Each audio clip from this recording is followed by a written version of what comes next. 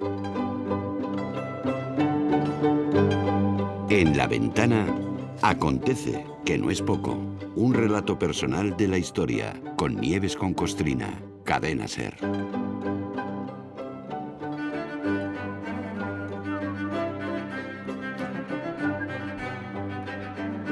Hola Nieves, buenas tardes. Hola Carlas, buenas tardes. Oye, estoy seguro de que ayer muchos oyentes, los que no estén al corriente, que no sepan mucho de este tema, se quedaron dándole vueltas a qué puede ser eso de los libelos de sangre, que mencionaste casi en la despedida, ¿no? Bueno, recuerdo que esta semana el Acontece que no es poco es un monográfico en 4 entregas de la expulsión de los judíos de España. Ahí va la segunda. Venga, cuando quieras. Ahí va, sí. Retomamos el hilo del relato para ir conociendo cómo y por qué. Porque es complejo cómo se llegó a la expulsión de los judíos en aquel ajetreado año de 1492. Los libelos de sangre se dieron en toda Europa.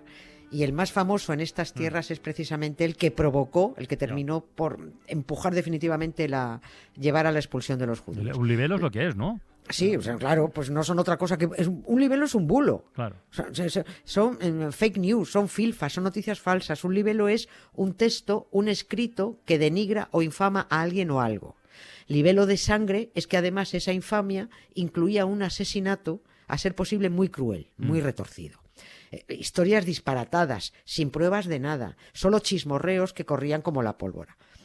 Desde 300 años antes de la expulsión ya se habían extendido esas fake news sobre crímenes rituales que cometían los judíos con niños, siempre con niños. Eran bulos, pero el rebaño es que se lo come todo.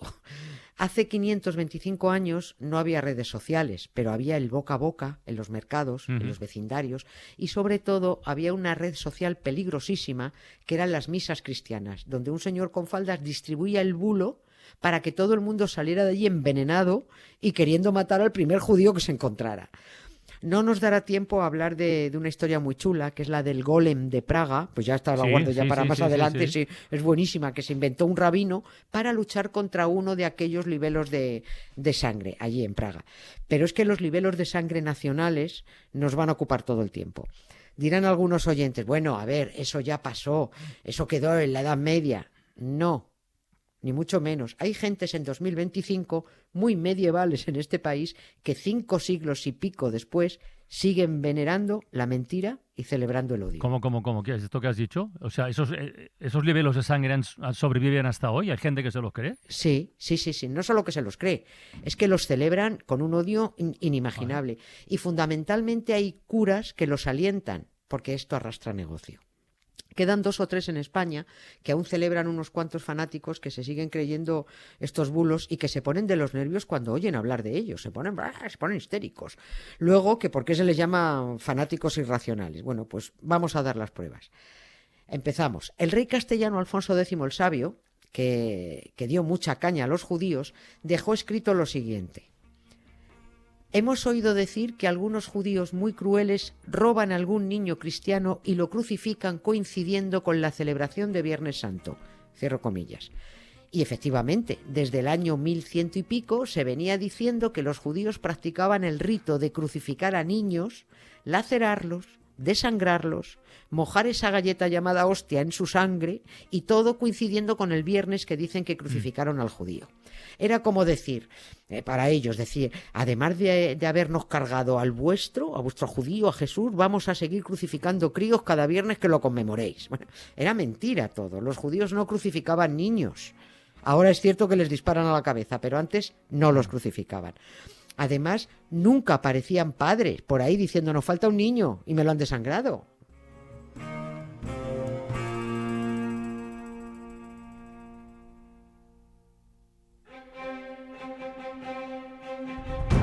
Pero vamos a ver una cosa, Nieves. Estamos en la época en la que estamos, ¿eh? Sí. Que esos bulos se los creyera, digamos, la plebe y tal, que, digamos, fácil de manejar y tal. Bueno, hasta ahí se puede entender. Pero las autoridades, ¿qué decían? Porque has comentado que Alfonso X el Sabio, el propio se lo toma como un rumor. Claro, mira cómo empieza su texto. Claro. Hemos oído decir. Claro, efectivamente se lo toma como un rumor en ese siglo XIII.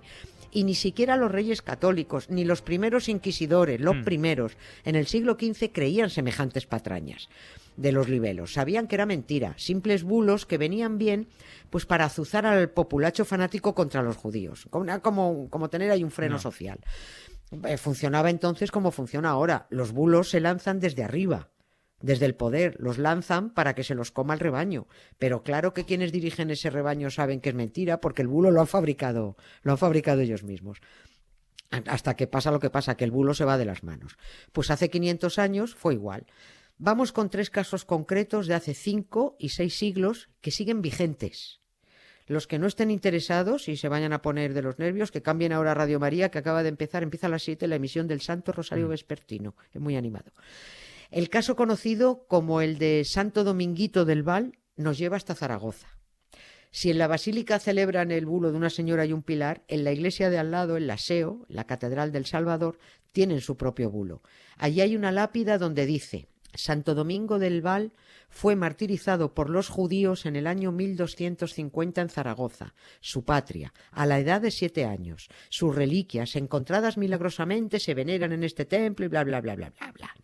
La historia de Dominguito, que se supone que era un monaguillo del aseo, está calcada de otro niño también crucificado, desangrado y manteado por los judíos en Inglaterra, pero calcada, como calcada fue la del monaguillo inglés de otros niños asesinados por los judíos en exactas circunstancias. Era todo era un invento. Los curas zaragozanos que copiaron el bulo inglés escribieron su libelo de sangre en el año 1500 y pico, pero diciendo que el asesinato de Dominguito ocurrió en el año 1250. En Zaragoza necesitaban un pretexto local para perseguir judíos. Y ya sabemos que los guionistas maños tienen experiencia. Las Vegas, veo caer la nieve en la hierba, un Robinson en una isla desierta. Como Nicolas Cage en Living Las Vegas, soy el invierno contra tu primavera, un Dorian Gray sin pasado ni patria ni bandera. Será tu voz, será el licor, serán las luces de esta habitación, será el poder de una canción, pero esta noche moriría por vos. Oye, ¿y entonces este libelo de sangre, el del Dominguito, sigue vigente aún o no? Sí. Sí, fíjate el daño que habremos hecho con la conquista de América, que en Guatemala todavía sacan en procesión el muñeco de Dominguito. Allí todavía Bueno, en Zaragoza tiene sus fans, ya te digo, tiene una capilla, su lápida y todo, pero se cortan más porque la historia, además de mentira, es absolutamente ridícula. El siguiente libelo de sangre que los fans dan por bueno lo tenemos en Sepúlveda, en Segovia. Y otro libelo también muy desquiciado, pero menos sangriento, se da en Segovia capital. Sin entretenernos mucho, porque tenemos que llegar a la joya de la corona más loca de los libelos de sangre, en Segovia se celebra la procesión de la Catorcena.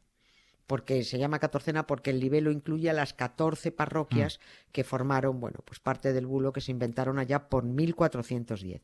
Y esa gente que procesiona lo hace, digo yo, supongo que estarán informados de lo que hacen, pero se creen que en un ritual de aquel año de 1410, en un aquelarre de varios judíos malísimos en la sinagoga de Segovia, uno de ellos, un judío, arrojó a un caldero de agua hirviendo la galleta.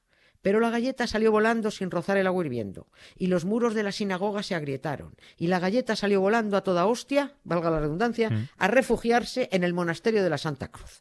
Eso es lo que celebran. Por supuesto, todos los judíos acusados de aquel aquelarre para tirar la hostia al caldero fueron ejecutados, pese a que nada de eso había ocurrido. Y luego está el libelo de sangre del niño de Sepúlveda, que en otros sitios dicen que es una niña, pero como da igual. También secuestrado por judíos, también rajado de arriba abajo, también crucificado. De verdad que es que te cuentas esto que es, y tienes la sensación de estar contando milongas de descerebrado. Oye, lo que pasa es que después de escucharte, como has dicho que nos queda todavía pendiente por conocer Has dicho la joya de la corona de los libelos de sangre, y ya no sé qué esperar, sinceramente. Sí, pues es la joya de la corona porque es el libelo de sangre que se inventó directamente el inquisidor fanático Tomás de Torquemada para provocar que de una vez por todas los reyes católicos firmaran el edicto de expulsión. Por eso es tan importante. Es un bulo que se inventó Torquemada que dijo que había ocurrido en un pueblo de Toledo, en La Guardia. Y que además este bulo reactivó la persecución de judíos en Europa, donde ya estaba la cosa más calmada. Por eso es el más famoso, del que más documentación hay en cuanto a la demostración de la mentira, y es el más disparatado.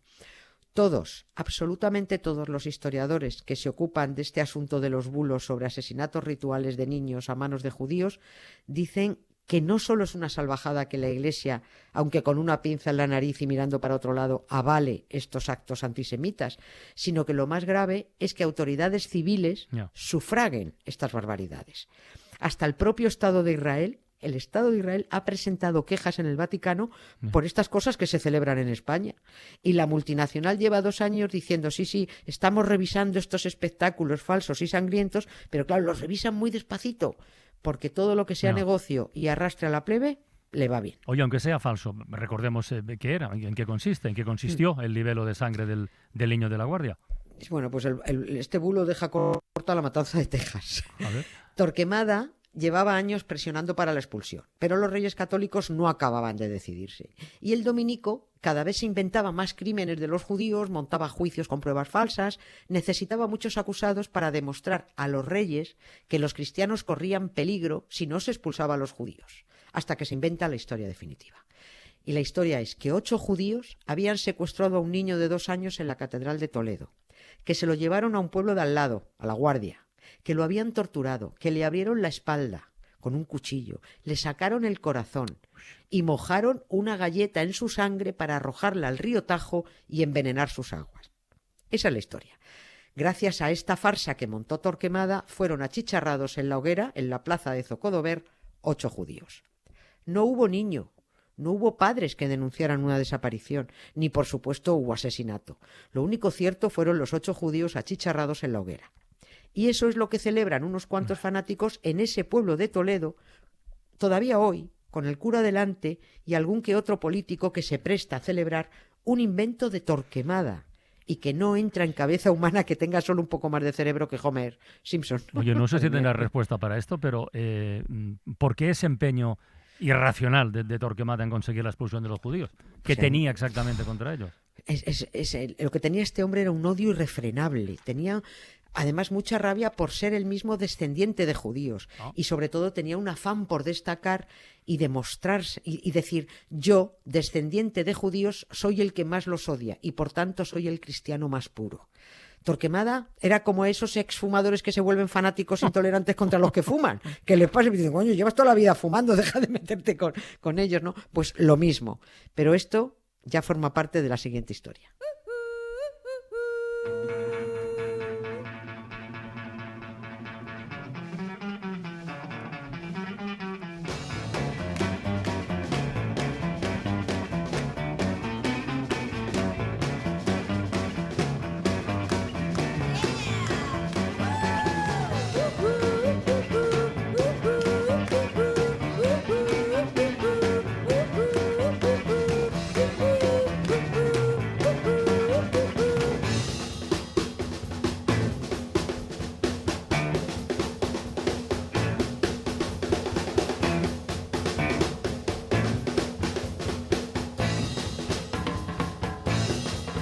Bueno, vamos animados, ¿eh? Hay que ver.